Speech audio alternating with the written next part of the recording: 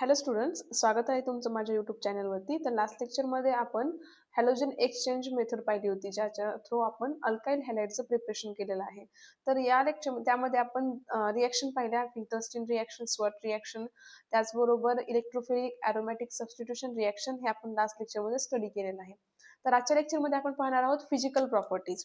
आता जे काही अल्काइल हॅलाइड्स आहेत, त्या अल्काइल हॅलाइड्सच्या आपण फिजिकल प्रॉपर्टीज या लेक्चरमध्ये स्टडी करणार आहोत.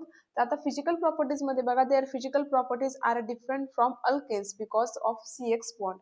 आता अल्काइल हॅलाइड, आता सर्वांना माहिती की एक्स म्हणजेच आपण जे काही 17 ग्रुप्स एलिमेंट आहेत, त्या 17 ग्रुप्स मधले एलिमेंट फ्लोरीन, क्लोरीन, ब्रोमीन आणि आयोडीन यांना आपण कॉमनली काय शो करतो, त्यांना कॉमनली आपण एक्स शो करतो, म्हणजेच हॅलोजन ॲटम. आता ज्या काही फिजिकल प्रॉपर्टीज आहेत, आता फिजिकल प्रॉपर्टीज कोणाच्या, तर जे काही अल्काइल हॅलाइड्स आहेत त्या अल्काइल हॅलाइड्सच्या डिफरंट आहेत कोणापेक्षा, अल्केन्सपेक्षा. आता अल्केन्स म्हणजे ज्याच्यामध्ये काय असतात, ऑल सिंगल बॉन्ड प्रेझेंट असतात. तर मग अल्केन्सपेक्षा अल्काइल हॅलाइड्सच्या ज्या प्रॉपर्टीज आहेत त्या प्रॉपर्टीज डिफरंट आहेत. का डिफरंट आहेत, तर जो CX बॉन्ड आहे, सी म्हणजेच कार्बन आणि एक्स म्हणजेच काय, हॅलोजन, या CX बॉन्डमुळेच जे अल्काइल हॅलाइड आहेत त्या अल्काइल हॅलाइड काय डिफरंट प्रॉपर्टीज शो करतात. आता फर्स्ट बघा, त्यामध्ये नेचर ऑफ इंटरमॉलिक्युलर फोर्सेस. आता नेचर ऑफ इंटरमॉलिक्युलर फोर्सेस मध्ये बघा, आता तुमच्याकडे आहे CX बॉन्ड. आता CX बॉन्ड मध्ये कार्बन आणि एक्स म्हणजेच काय आहे, एनी हॅलोजन ॲटम. आता यामध्ये जो हॅलोजन ॲटम आहे तो आपण फ्लोरीन पण कन्सिडर करू शकतो, क्लोरीन पण, ब्रोमीन किंवा आयोडीन यापैकी कोणताही तुम्ही हॅलोजन ॲटम कन्सिडर करू शकता. तर आता यांच्यामध्ये जे काही इंटरमॉलिक्युलर फोर्सेस आहेत किंवा जे काही प्रॉपर्टीज आहेत त्या प्रॉपर्टीज काय आहेत आपण बघणार आहोत. तर आता या ठिकाणी समजा कार्बन आणि फ्लोरीन आहे. आता कार्बन किंवा फ्लोरीन किंवा एनी हॅलोजन ॲटम यांच्यामध्ये इलेक्ट्रॉन निगेटिव्हिटी डिफरन्स काय आहे, जास्त आहे. आता इलेक्ट्रॉन निगेटिव्हिटी कार्बनची किती आहे, 2.4 आहे, फ्लोरीनची किती आहे, 4 आहे. तर यांच्यामध्ये जो डिफरन्स आहे इलेक्ट्रॉन निगेटिव्हिटीचा, इलेक्ट्रॉन निगेटिव्ह डिफरन्समुळे काय होतं. आता फर्स्ट इलेक्ट्रॉन निगेटिव्हिटी म्हणजेच काय, तर इलेक्ट्रॉन निगेटिव्हिटी म्हणजेच काय, इलेक्ट्रॉन खेचण्याची जी काही क्षमता असते किंवा जे काही इलेक्ट्रॉन्स ते स्वतःकडे पुल करतात, म्हणजे स्वतःकडे खेचतात, ती ताकद काय असते, जास्त असते. म्हणजे इलेक्ट्रॉनची स्वतःकडे खेचण्याची जी क्षमता आहे ती क्षमता जास्त असते कोणाची, ज्यांची इलेक्ट्रॉन निगेटिव्हिटी जास्त आहे. आता या ठिकाणी फ्लोरीनची इलेक्ट्रॉन निगेटिव्हिटी जास्त आहे, बरोबर आहे. तर मग या बॉन्डिंग मध्ये जे इलेक्ट्रॉन्स आहेत ते इलेक्ट्रॉन्स काय होतील, कोणाकडे शिफ्ट होतील, फ्लोरीनकडे स्लाइटली शिफ्ट होतील. पूर्ण शिफ्ट होत नाही तर स्लाइटली शिफ्ट होतात. आणि स्लाइटली शिफ्ट झाल्यामुळे या फ्लोरीनवर येतो डेल्टा निगेटिव्ह चार्ज आणि या कार्बनवरती काय येईल, डेल्टा पॉझिटिव्ह चार्ज. किंवा तुम्ही या ठिकाणी क्लोरीन ही घेऊ शकतात. क्लोरीनची इलेक्ट्रॉन निगेटिव्हिटी किती आहे, 3.0. त्यानंतर ब्रोमीनची किती आहे, 2.8. तर मग इलेक्ट्रॉन निगेटिव्हिटी यांची काय आहे, जास्त आहे कोणापेक्षा, कार्बनपेक्षा. आणि या ठिकाणी कार्बन आणि जे हॅलोजन आहेत यांच्यामध्ये जो इलेक्ट्रॉन निगेटिव्हिटी डिफरन्स आहे, तर इलेक्ट्रॉन निगेटिव्हिटी डिफरन्समुळे या बॉन्डिंग मधले जे इलेक्ट्रॉन्स आहेत ते इलेक्ट्रॉन्स स्लाइटली कोणाकडे शिफ्ट होतात, ज्याची इलेक्ट्रॉन निगेटिव्हिटी जास्त आहे त्याच्याकडे काय होतील, हे इलेक्ट्रॉन्स शिफ्ट होतील. कम्प्लिटली होत नाही तर स्लाइटली होतात. त्याच्यामुळे इथे तुम्हाला काय येतो, पार्शली चार्ज जनरेट होतो. आता पार्शली चार्ज म्हणजे आपण याला डेल्टा निगेटिव्ह आणि डेल्टा पॉझिटिव्हने काय करतो, शो करतो. आता हा जो पार्शली चार्ज आहे, म्हणजेच या ठिकाणी इकडे निगेटिव्ह आणि इकडे पॉझिटिव्ह, तर याला आपण काय म्हणतो, तो पोलार कोव्हॅलंट बॉन्ड म्हणतो. म्हणजेच या कोव्हॅलंट बॉन्डमध्ये पार्शली चार्ज काय झालेत, डिस्ट्रीब्यूट झालेत, त्यामुळे आपण याला काय म्हणतो, पोलार कंपाऊंड म्हणतो. आणि चार्ज का डिस्ट्रीब्यूट झाले, तर इलेक्ट्रॉन निगेटिव्हिटी डिफरन्समुळे. आणि इलेक्ट्रॉन निगेटिव्हिटी म्हणजेच काय, तर इलेक्ट्रॉन स्वतःकडे खेचण्याची जी क्षमता असते ती क्षमता जास्त असते ज्यांची इलेक्ट्रॉन निगेटिव्हिटी जास्त आहे. तर कार्बनची इलेक्ट्रॉन निगेटिव्हिटी कमी आहे आणि हॅलोजन ॲटमची इलेक्ट्रॉन निगेटिव्हिटी जास्त आहे. तर त्यामुळे बॉन्डिंग मधले इलेक्ट्रॉन कोणाकडे शिफ्ट होतील, याच्या हॅलोजन ॲटम कडे शिफ्ट होतील. त्याच्यामुळे याच्यावरती कोणता चार्ज येईल, डेल्टा निगेटिव्ह. आणि कार्बन वरती कोणता येईल, डेल्टा पॉझिटिव्ह चार्ज येईल. म्हणजेच इलेक्ट्रॉन कोणाकडे शिफ्ट होणार, हॅलोजन कडे. क्लिअर. आता या ठिकाणी पॉइंट्स बघा, हॅलोजन म्हणजेच फ्लोरीन, क्लोरीन, ब्रोमीन आणि iodine are more electron negative than carbon. ते आताच आपण पाहिलं की कार्बनची इलेक्ट्रॉन निगेटिव्हिटी कमी आहे as compare to halogen atoms. So halogen pulls electron towards itself. आता इलेक्ट्रॉन निगेटिव्हिटी जास्त असल्यामुळे जे हॅलोजन ॲटम्स आहेत ते हॅलोजन ॲटम्स काय करतील, इलेक्ट्रॉन स्वतःकडे खेचतील.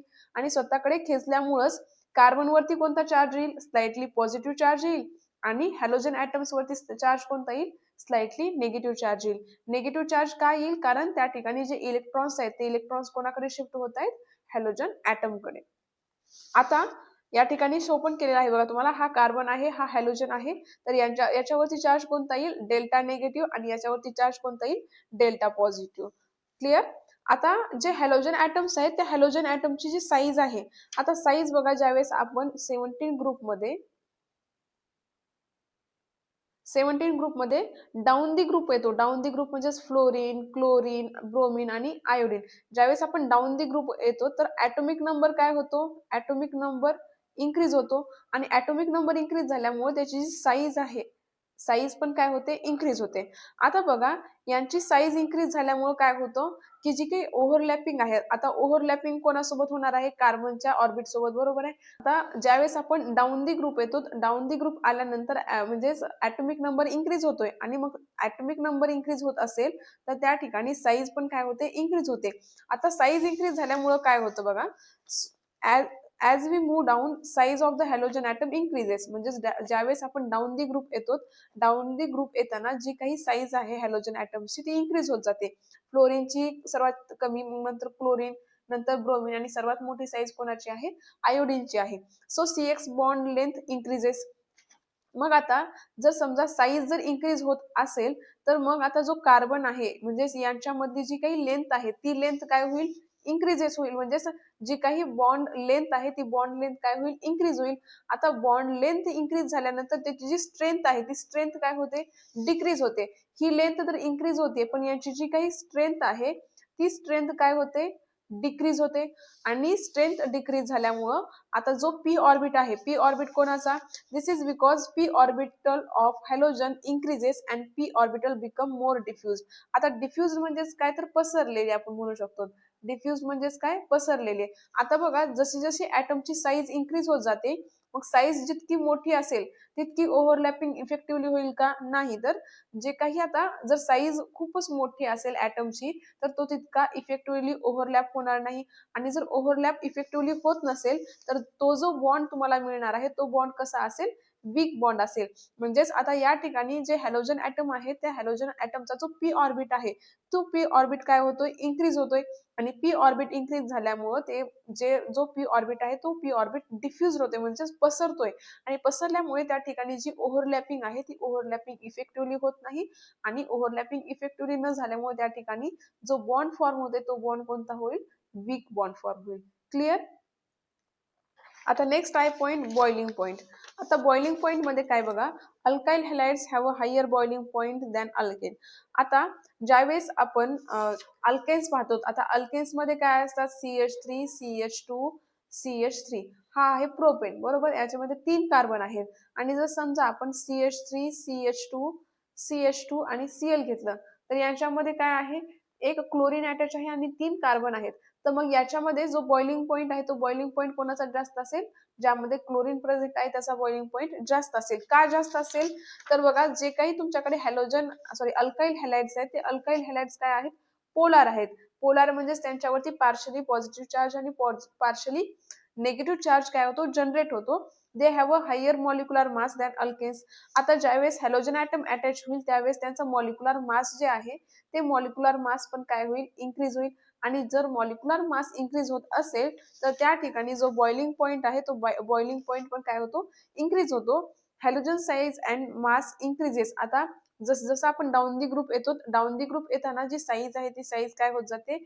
इन्क्रीज होत जाते, आणि ॲटॉमिक नंबर पण इन्क्रीज होत जातो. त्याच्यामुळे जे काही मास आहे ते मास पण इन्क्रीज होत जातं.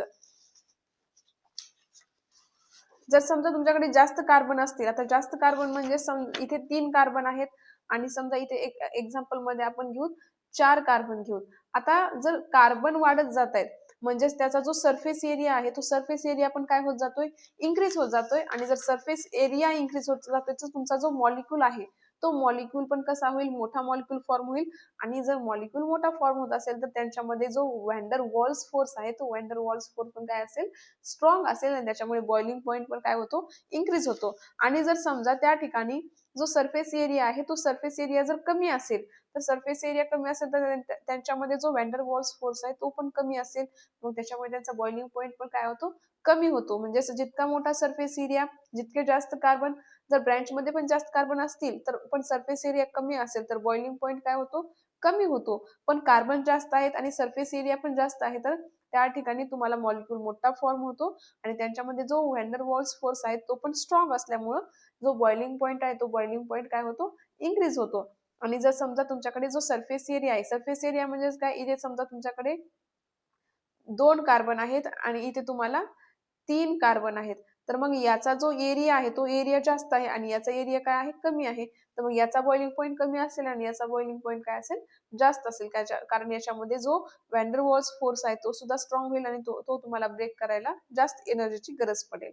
क्लिअर? आता या ठिकाणी बघा काही तुम्हाला टेबल्समध्ये बॉइलिंग पॉईंट दिलेले आहेत. आता या ठिकाणी CH3Cl आहे. तर मग याचा बॉइलिंग पॉईंट किती आहे, 248.8. त्यानंतर CH3CH2Cl किती आहे, 285.5. तर बघा या ठिकाणी जे नंबर ऑफ कार्बन आहेत ते नंबर ऑफ कार्बन इन्क्रीज होत जात आहेत आणि जसजसं कार्बन ॲटम इन्क्रीज होत जाते तसा बॉइलिंग पॉईंट सुद्धा काय होतं या ठिकाणी, इन्क्रीज होत जातोय. क्लिअर? आता नेक्स्ट पॉईंट आहे तुम्हाला सॉल्युबिलिटी. आता सॉल्युबिलिटी जी आहे अल्काइल हॅलाइडची, ती अल्काइल हॅलाइडची सॉल्युबिलिटीमध्ये कोणकोणते पॉईंट्स आहेत ते आता पाहूयात. Alkyl halides are moderately polar but still insoluble in water. आता जे अल्काइल हॅलाइड्स आहेत त्या आता आपण पाहिले की त्यांच्यावरती पार्शियल चार्ज जनरेट होतो आणि पार्शियली चार्ज जनरेट झाल्यामुळं ते कसे आहेत, पोलार आहेत आणि पोलार असल्यामुळे त्या ठिकाणी ते इनसॉल्युबल आहेत. आता पोलार जरी असतील तरी पण ते वॉटरमध्ये इनसॉल्युबल का आहेत, तर water dissolve substances that form hydrogen bonds with it. आता ज्यावेळेस एखादा, आता आपण शुगर, जर आपण ज्यावेळेस शुगर वॉटरमध्ये ऍड करतो तर ती काय होते, पूर्ण डिझॉल्व्ह होऊन जाते, बरोबर आहे. म्हणजेच शुगर काय करतो, जो वॉटर आहे त्या वॉटर सोबत हायड्रोजन बॉन्डिंग करतो आणि हायड्रोजन बॉन्डिंग झाल्यामुळेच शुगर कशी आहे, वॉटरमध्ये सॉल्युबल आहे. पण आता या ठिकाणी जे अल्काइल हॅलाइड्स आहेत ते अल्काइल हॅलाइड्स पोलार तर आहेतच, पण पोलार असून सुद्धा ते वॉटरमध्ये कसे आहेत, इनसॉल्युबल आहेत. आता इनसॉल्युबल का, तर alkyl halides can not form hydrogen bonds with water. म्हणजेच जे अल्काइल हॅलाइड्स आहेत ते अल्काइल हॅलाइड्स वॉटर सोबत हायड्रोजन बॉन्डचं फॉर्मेशन करत नाहीत आणि त्याच्यामुळे ते वॉटरमध्ये इनसॉल्युबल आहेत. आता ज्यावेळेस तुम्ही अल्काइल हॅलाइड वॉटरमध्ये ऍड करतायत त्यावेळेस जे अल्काइल हॅलाइड आहे त्या अल्काइल हॅलाइड मध्येच जे इंटरॅक्शन आहे ते इंटरॅक्शन कसं आहे, जास्त आहे ऍज कम्पेअर टू वॉटर. आणि यांच्यामध्ये इंटरॅक्शन जास्त असल्यामुळं हा जो अल्काइल हॅलाइड आहे तो अल्काइल हॅलाइड वॉटरमध्ये कसा आहे, इनसॉल्युबल आहे. भले तो जरी पोलार असेल पण तो कसा आहे, वॉटरमध्ये इनसॉल्युबल आहे. So alkyl halides are insoluble in water, they dissolve in organic solvent. म्हणजे जे अल्काइल हॅलाइड्स आहेत ते अल्काइल हॅलाइड्स वॉटरमध्ये इनसॉल्युबल आहेत, पण जे काही ऑर्गॅनिक सॉल्व्हंट आहेत, बेन्झिन, इथर, यामध्ये काय आहेत, ते सॉल्युबल आहेत. क्लिअर? आता नेक्स्ट पॉइंट आहे तुम्हाला जे डायहॅलोजन आहेत. आता डायहॅलोजन म्हणजेच तुम्ही ज्यावेळेस बेन्झिन रिंग ड्रॉ करतात आणि बेन्झिन रिंग वरती जर 2 हॅलोजन ॲटम प्रेझेंट असतील, आता या ठिकाणी कन्सिडर करा ही बेन्झिन रिंग आहे. बेन्झिन रिंग वरती तुम्हाला माहिती ही पोझिशन काय असते आपली, ऑर्थो, ही मेटा आणि ही काय आहे, पॅरा पोझिशन आहे. तर मग ज्यावेळेस बेन्झिन रिंग वरती 2 हॅलोजन ॲटम प्रेझेंट असतील तर आपण याला काय म्हणतो, डाय हॅलोजन म्हणतो, बरोबर आहे. मग आता जे काही डाय हॅलोजन बेन्झिन आहेत, all dihalogen isomers all dihalogen benzene isomers have similar boiling point. All 3 आयसोमर्स ortho, Meta, para. म्हणजेच आता बघा मी सांगितलं होतं तुम्हाला आता की ही पोझिशन कोणती आहे, आपली ऑर्थो पोझिशन आहे, ही मेटा पोझिशन आहे आणि काय आहे, पॅरा पोझिशन आहे. तर मग याचे जे काही आता डायहॅलोजनचे जे काही आयसोमर्स आहेत, आयसोमर्स कोणते, ऑर्थो, मेटा, पॅरा, हे जे आयसोमर्स आहेत त्या आयसोमर्सचा जो बॉइलिंग पॉइंट आहे तो बॉइलिंग पॉइंट नियरली कसा आहे, सेमच आहे. बट त्यांचा जो मेल्टिंग पॉइंट आहे तो मेल्टिंग पॉइंट काय आहे, डिफरंट आहे. Because para आयसोमर्स has a highest melting point. ज्यावेळेस आपण बेन्झिन रिंग वरती ही ऑर्थो पोझिशन आहे, ही मेटा आणि ही पॅरा आहे, तर मग जे ऑर्थो, मेटा, पॅरा हे जे आयसोमर्स आहेत त्यांचा जो बॉइलिंग पॉइंट आहे तो बॉइलिंग पॉइंट नियरली कसा आहे, सर्वांचा सेम आहे. पण जो काही मेल्टिंग पॉइंट आहे, आता मेल्टिंग पॉइंट जो पॅरा आयसोमर जो आहे तो पॅरा आयसोमरचा मेल्टिंग पॉइंट कसा आहे, जास्त आहे. आता जास्त का, कारण तो कसा आहे, थोडा सिमेट्रिकल आयसोमर आहे. म्हणजे ज्यावेळेस आपण इथून प्लेन पास करतो तर प्लेन पास केल्यानंतर हा काय होतो, इक्वली डिस्ट्रीब्यूट होतो. म्हणजे हे तुम्हाला या साईडला पण काय इक्वली तो काय होतो, डिस्ट्रीब्यूट होतो. म्हणजे याच्यामध्ये काय आहे, सिमेट्री आहे आणि सिमेट्री असल्यामुळं काय होतं या मॉलिक्यूलमध्ये, तर para isomer has a highest melting point because para isomer is a more symmetrical, so molecule packed tightly and that molecule have a strong intermolecular attraction. आता या ठिकाणी जे पॅरा आयसोमर्स आहेत त्या पॅरा आयसोमर्स मध्ये सिमेट्री आहे. सिमेट्री असल्यामुळे ते मॉलिक्यूल कसे थोडे टाइटली पॅक होतात आणि त्यांच्यामध्ये स्ट्रॉंग इंटरमॉलिक्युलर अट्रॅक्शन प्रेझेंट असतं. सो मेल्टिंग पॉईंट इन्क्रीजेस आणि त्यामुळेच काय होतं, जे पॅरा आयसोमर्स आहेत पॅरा आयसोमर्सचा मेल्टिंग पॉईंट इन्क्रीज होतो. आता या ठिकाणी तुम्हाला एक्झाम्पल दिलेले आहेत. हा तुमचा ऑर्थो आहे, हा मेटा आहे आणि हा पॅरा आहे. तर यांच्यामध्ये जे काही तुमच्याकडे मेल्टिंग पॉईंट आहे तो मेल्टिंग पॉईंट काय होत जातोय, इन्क्रीज होत जातोय. पण त्यांचा जो बॉइलिंग पॉईंट आहे तो बॉइलिंग पॉईंट मध्ये जास्त डिफरन्स नाही, लेस डिफरन्स आहे. पण ज्यावेळेस आपण मेल्टिंग पॉईंट ऑब्झर्व करतो तर त्यांच्यामध्ये मेल्टिंग पॉईंट कोणाचा जास्त आहे, पॅरा आयसोमर्सचा. क्लिअर. आता या ठिकाणी तुम्हाला मी काही ट्रिक्स सांगताय, म्हणजे जे काय आपण सुपर शॉर्ट समरी, म्हणजे जे आता आपण स्टडी केलं, जे आपण त्याच्यासाठी तुम्हाला एक मी शॉर्ट समरी दिलेली आहे, जेणेकरून ही तुम्ही एक्झाम टाइमला ऍज अ शॉर्ट नोट म्हणून तुम्ही रिव्हिजन करू शकता. जे मी आता तुम्हाला सर्व डिस्कस केलं त्याचे तुम्हाला मी शॉर्ट फॉर्म मध्ये एक की नोट्स टाइप तुम्हाला बनवून दिलेलं आहे. आता त्यामध्ये फर्स्ट बघा, जे आपण लर्न केलेलं आहे, जे शिकलेलं आहे तेच आहे यामध्ये. Alkyl aryl halides can not hydrogen bond, म्हणजे जे काही अल्काइल हॅलाइड्स आहेत, जे अराइल हॅलाइड्स आहेत, ते वॉटर सोबत हायड्रोजन बॉन्ड फॉर्म करत नाहीत आणि त्यामुळे ते काय आहेत, इनसॉल्युबल इन वॉटर. त्यामुळेच जे काही अल्काइल हॅलाइड्स आहेत ते अल्काइल हॅलाइड्स इनसॉल्युबल आहेत वॉटरमध्ये. बरोबर, हे आपण फर्स्ट पॉईंट शिकला. त्यानंतर ते dissolve in organic solvent like benzene and इथर, म्हणजे जे काही अल्काइल हॅलाइड्स आहेत ते अल्काइल हॅलाइड्स सॉल्युबल आहेत कशामध्ये, ऑर्गॅनिक सॉल्वंट मध्ये. इनसॉल्युबल आहेत वॉटरमध्ये but soluble in benzene and ether. आणि लास्टला आपण काय पॉईंट पाहिला, जे काही डायहॅलोबेन्झिन्स आहेत, डायहॅलोबेन्झिन्स मध्ये सर्वांचा जो बॉइलिंग पॉईंट आहे तो बॉइलिंग पॉईंट कसा आहे, सेम आहे.